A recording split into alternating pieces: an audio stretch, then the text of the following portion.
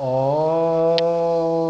वन्दे देव उमापतिं सुरगुरुं वन्दे जगत्कारणं वन्दे पन्नगभूषणं मृगधरं वन्दे पशूनां पतिं वन्दे सूर्यशशाङ्कवह्निनयनं वन्दे मुकुन्दप्रियं वन्दे भक्तजनाश्रयं च वरदं वन्दे शिवं शंकरं। श्री महाकाल भगवान की जय। उपनिषद आश्रम से प्रसारित वेदव्यास प्रणीत मूल शिव महापुराण, जिसमें एक श्लोक भी नहीं छोड़ते हैं ना, तो ऐसे शिव महापुराण में आप रुद्र संहिता के कुमार खंड में स्मरण कर रहे हैं। और कुमार खंड का आज 20वें अध्याय का प्रसंग है, जो आप क्रमशः पहले श्रवण करते हुए आ रहे हैं। अथ विंशोऽध्यायः। ब्रह्मोवाच एतस्मिन्नन्तरे तत्र विश्वरूपः प्रजापतिः तद उद्योगं संविचार्य सुखमापा प्रसन्नधे।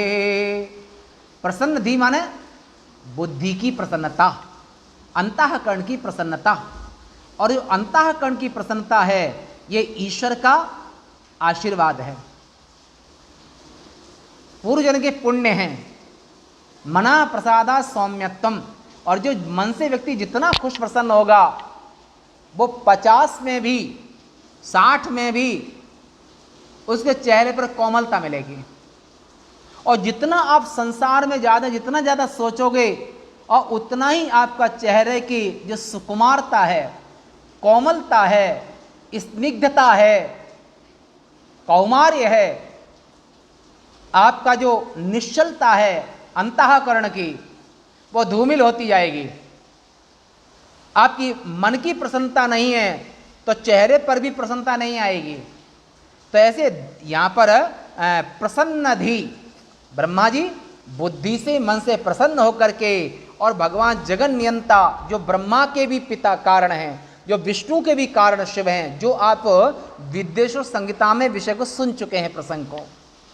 महादेव ब्रह्मा विष्णु के भी कारण हैं। ऐसे ब्रह्मा जी महादेव का चिंतन करते हुए, उनका ध्यान करते हुए, और मन से मन प्रसन्न करके और उनकी लीलाओं का गान करने लगे। बैकुंठ धाम में श्री भागवत महापुराण प्रसंग आता है ये, और ये प्रसंग उसमें पद्म पुराण में भी आता है। जब दो ही लोग हैं, अगर अकेले हैं, पद्म भगवान लक्ष्मी और नारायण, पर कथा वहां पर भी होती है।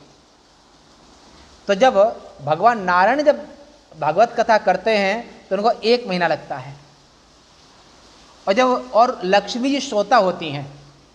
और जब लक्ष्मी जी वक्ता होती हैं और नारायण श्रोता होते हैं, और लक्ष्मी जी भी कथा करती हैं, तो उनको 2 महीना लगते हैं। शिवा श्रोता हैं पार्वती जी, महादेव आचार्य वक्ता हैं। तो आप सभी गृहस्थ आश्रम वालों से निवेदन है कि अगर 2 लोग भी हो, तब भी ईश्वर चिंतन का त्याग कभी मत करना। एक सुनो, एक बोलो। इस संसार में सब अकेले हैं। आत्मा वा इदमग्र आसीत। पूरे ब्रह्मांड में आत्मा को छोड़ करके आत्मा ही सत्य है। से शरीर सबके नश्वर हैं। और काल करम बस होई गुसाई, बरवस रात दिवस की नाई। सभी का मिलना और वियोग कर्म के अनुसार होता है। और जब मिलने वियोग का कर्म काल पूरा हो जाता है, तो पत्नी भी चली जाती है, पति भी चले जाते हैं, बच्चे भी चले जाते हैं, और दादा दादी भी चले जाते हैं।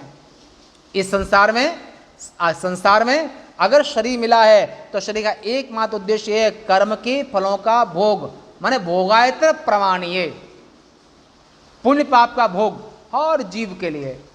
और अगर मनुष्य देह मिला है, क्योंकि पुण्य पाप केवल मनुष्य को होता है, अन्य योनि में पुण्य पाप नहीं होता है।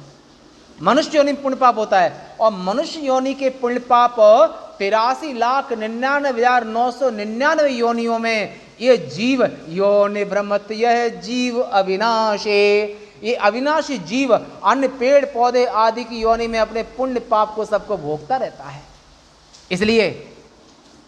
इसलिए जगन नियंता नारायण का आश्रय ईश्वर, ईश्वर तो एक है ना, उस ईश्वर की आकृतियां हैं। वे ईश्वर एक ईश्वर माता भगवती का रूप भी हैं, सूर्य का रूप भी हैं, विष्णु का रूप भी हैं, शिव का रूप भी हैं, गणेश जी का रूप भी हैं। पंच देवोपासना हमारे सनातन शंकरी परंपरा में, जो परंपरा सृष्टि के आरंभ से लगभग 2 अरब वर्ष पुरानी परंपरा, जिस परंपरा से आप स्वाध्याय श्रवण कर रहे हैं, ये शंकराचार्य की परंपरा, ये परंपरा आप लगभग 2 अरब वर्ष पुरानी परंपरा से आप श्रवण कर रहे हैं इस कल्प की।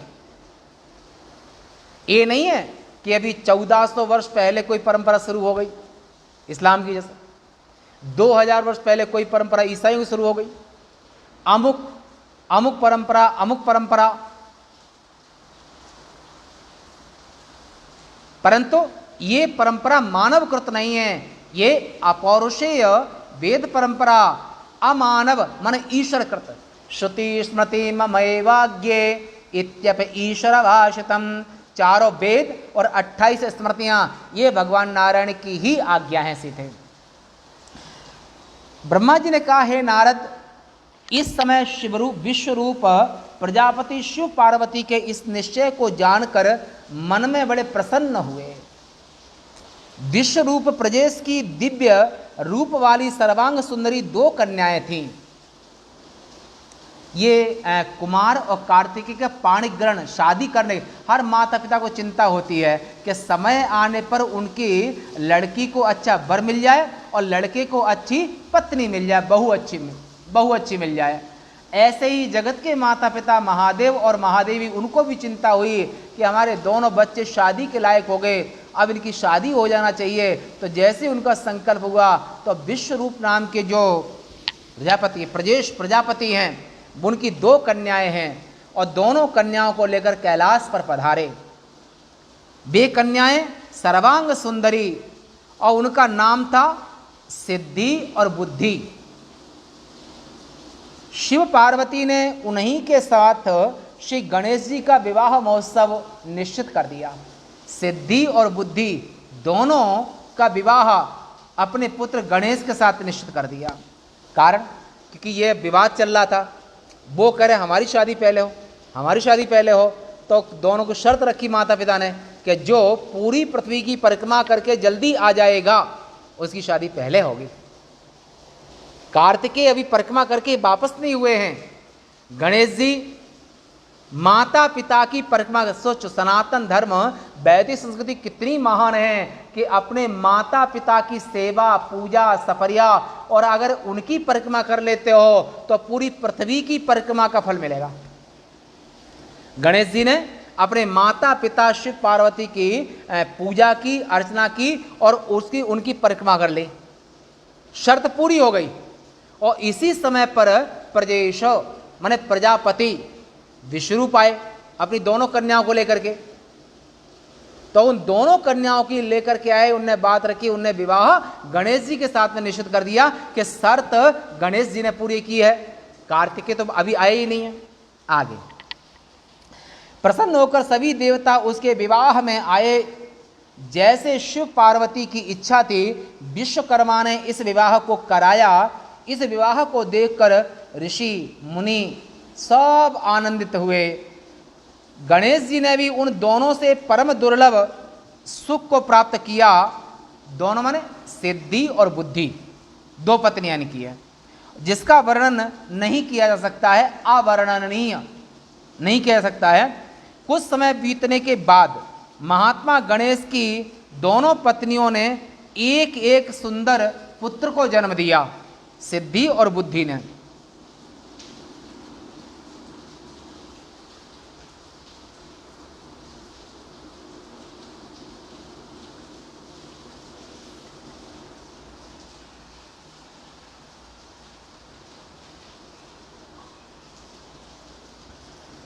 दोनों ने एक एक पुत्र को जन्म दिया सिद्धि बुद्धि ने। तो गणेश की पत्नी सिद्धि से क्षेम नाम का पुत्र हुआ, है ना, नाम पुत्र हुआ क्षेम, और बुद्धि से लाभ, बुद्धि के पुत्र का नाम लाभ। वे अत्यंत सुंदर बालक हुए दोनों के।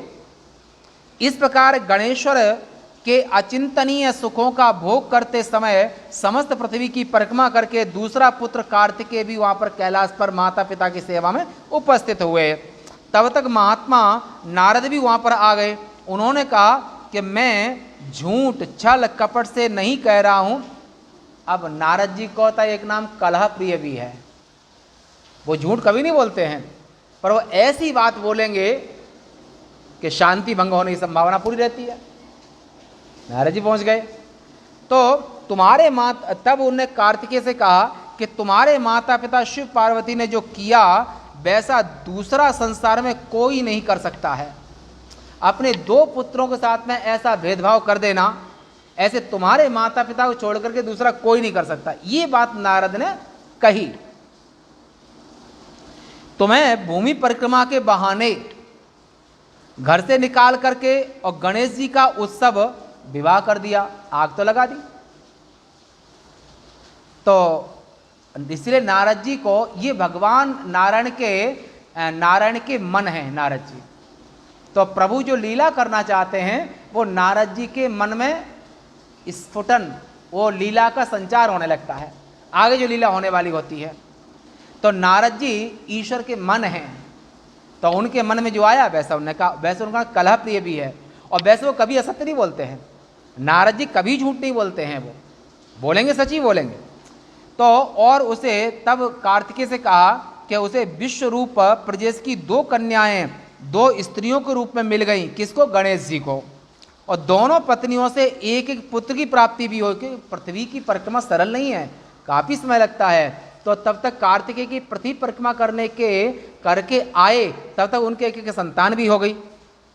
दोनों पत्नियों ने एक एक पुत्र की प्राप्ति हो गई है उनको, दोनों पत्नियों को, सिद्धि से क्षेम और बुद्धि से लाभ।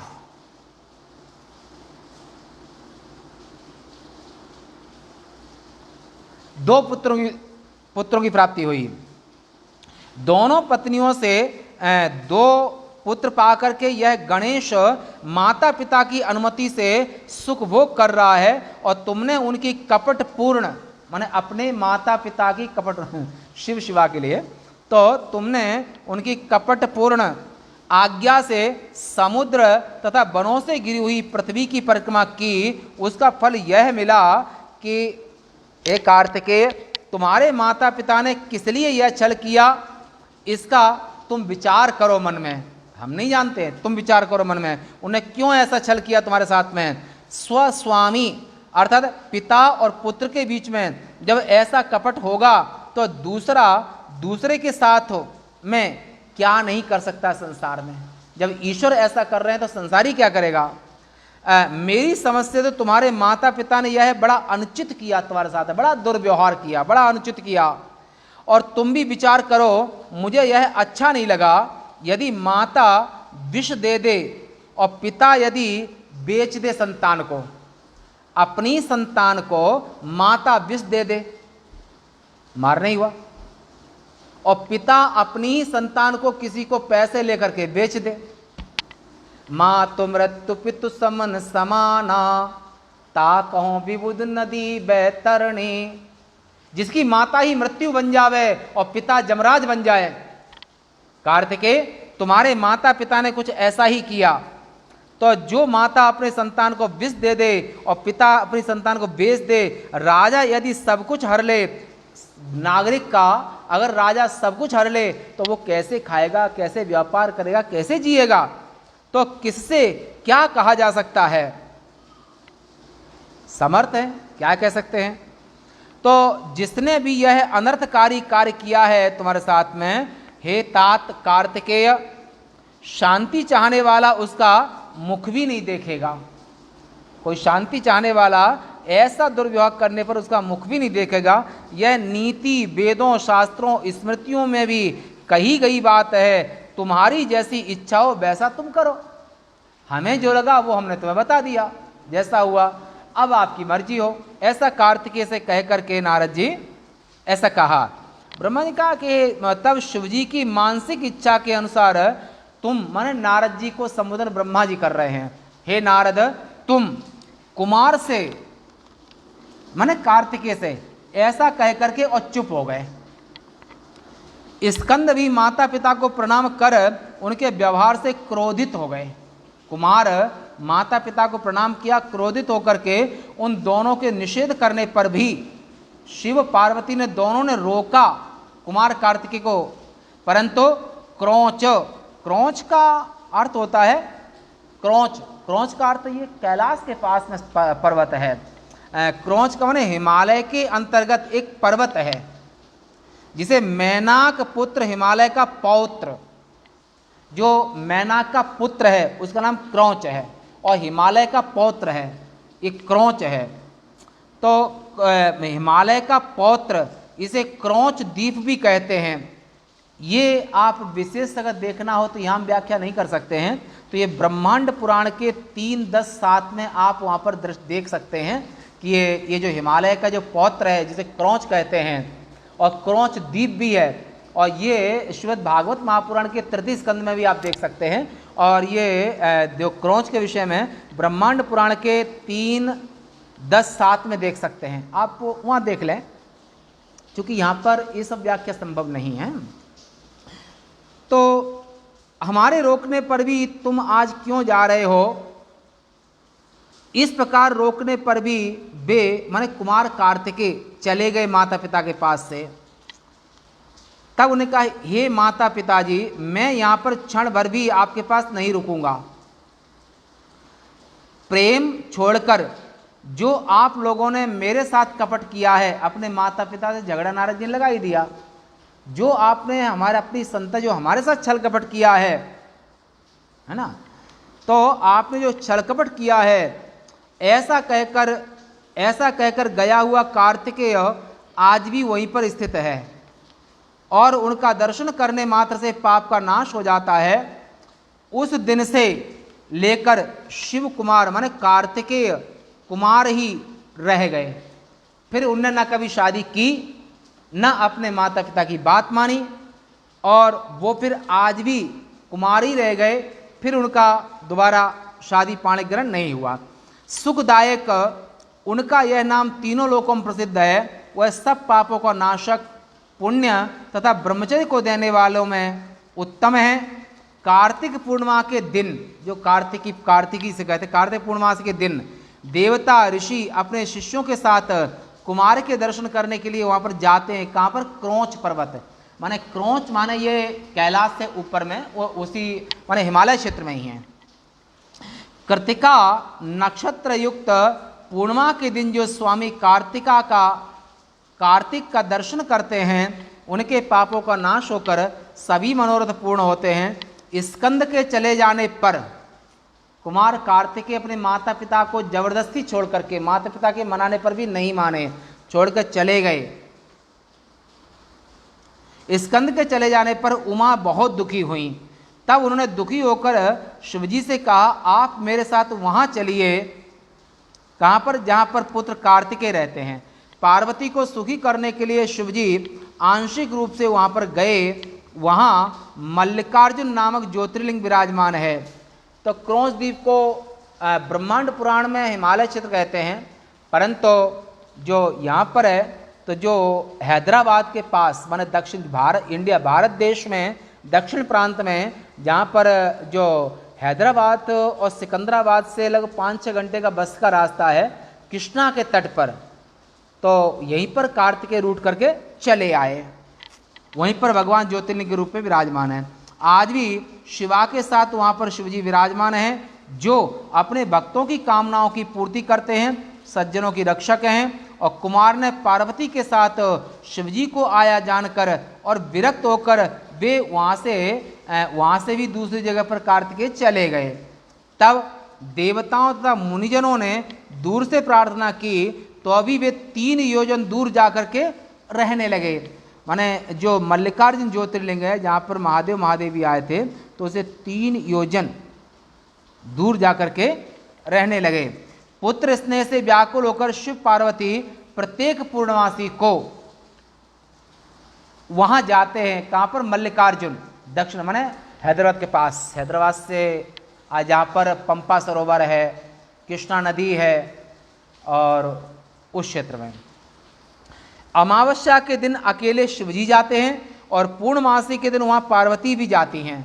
पार्वती जी पूर्णमासी को जाती हैं और अमावस्या को शिवजी वहाँ पर मल्लिकार्जुन जाते हैं। कार्तिकेय और गणेश का जो जो वृत्तांत तुमने पूछा वह सब हमने तुम्हें सुना दिया। इस वृत्तांत को सुनकर मनुष्य सभी पापों से मुक्त हो जाता है। इच्छित सभी शुभकामनाएं सदा उसे प्राप्त हो जाती हैं। इस कथानक को जो पढ़ता है, पढ़ाता है, सुनता है, सुनाता है और उसकी सभी कामनाएं पूर्ण होती हैं, इसमें कोई संदेह नहीं करना चाहिए। ब्राह्मण ब्रह्म वर्चस्वी, क्षत्रिय विजयी, वैश्य धन से संपन्न और शूद्र सुखी हो जाता है। शिव पुराण कथा का फल। शिवपुराण कथा का वो फल है कि चारों वर्णों को सुख और उसकी इच्छित वस्तुएं प्राप्त होती हैं।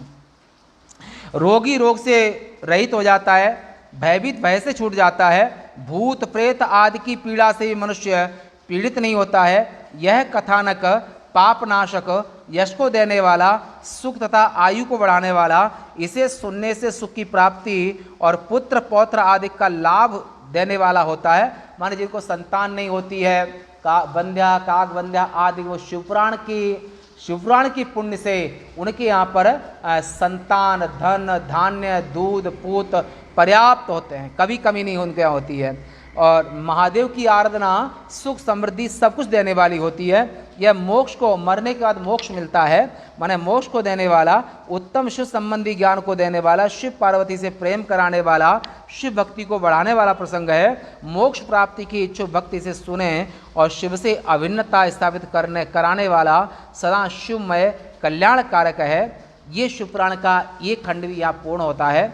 और कल एक वर्ष में एक समय आता है, इस दिन जो व्यासत्व भगवान स्वयं व्यास जी भगवान नारायण के अवतार हैं, ऐसे कल व्यास जी का जन्मदिन यानी कि गुरु पूर्णिमा, और इस दिन सदगुरुदेव, परम गुरुदेव, परमिष्ठी गुरुदेव अपने गुरु परंपरा को, गुरुजनों का पूजन, सम्मान, भेंट आदि और उनका भोजन आदि, ये सब परंपरा से प्राप्त है।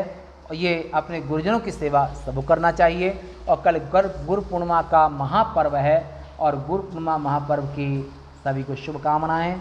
और इस गुरु परंपरा मतलब है ज्ञान, और ज्ञान से संपूर्ण दुखों का नाश होता है। नहीं ज्ञान दर्शन पवित्र में विद्यते। और भारतीय संस्कृति में या ज्ञान से बड़ा दूसरा कुछ भी नहीं है। इसलिए भारत में सनातन धर्म में ज्ञान की उपासना होती है, ज्ञान का पर्व होता है, ज्ञान का उत्सव होता है। आज की सेवा यहीं तक। शिव महापुराणे द्वितीयां ऋतु संहितायां चतुर्थे कुमारखंडे गणेश विवाह वर्णनाम विंशोऽध्यायः। पूर्णमदः पूर्णमिदं पूर्णात् पूर्णमुदच्यते पूर्णस्य पूर्णमादाय पूर्णमेवावशिष्यते। ओम शांति शांति शांति। शंकरं शंकराचार्यं केशवं बादरायणं सूत्रभाष्य कृतौ वंदे भगवन्तौ पुनः पुनः। ईश्वरो गुरुरात्मेति मूर्तिभेद विभागिने व्योमवद्व्याप्तदेहाय दक्षिणामूर्तये नमः। ओम शांति शांति शांति। श्री सत्य सनातन धर्म के, श्री शंकराचार्य भगवान के, श्री महाकाल महादेव के। नमः पार्वती पतये। हर हर महादेव।